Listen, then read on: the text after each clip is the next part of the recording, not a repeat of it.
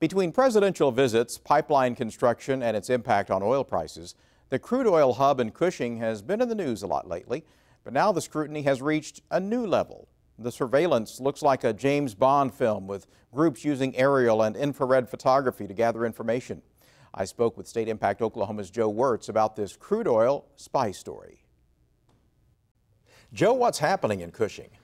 Well, it's kind of a spy movie is unfolding out at the tank farm in Cushing. Yeah, it's pretty weird.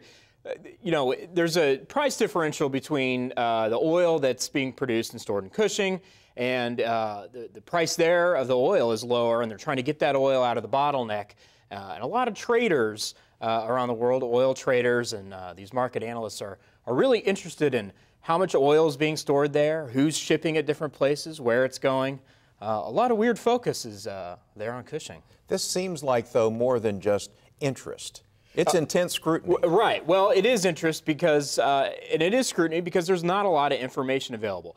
No one really knows how much oil is stored in Cushing. No one really knows that. This is a big group of different people, oil companies, private investors, big international companies that are storing oil there, shipping oil in and out of there, and there's no, collective of information there. So where this oil is going and who's moving it is really valuable information about, it has a lot to do with the trading of it. So who is getting the information and what are they doing with it? Well, companies themselves are recruiting other companies to get the information for them. And it started with just satellite flyovers, people booking satellite time to take pictures of these oil tanks. And you could tell by looking at the top of the oil tanks, because they have a floating roof, so you can calculate how much oil is in these tanks. They've got guys with infrared cameras looking at these tanks to see if they can measure the oil line. They've even gone as far as to embed these sensors underneath the power lines that feed the pumps so they can see when the pumps get turned on and how much oil is coming in and out of there. It's a lot of money is at stake.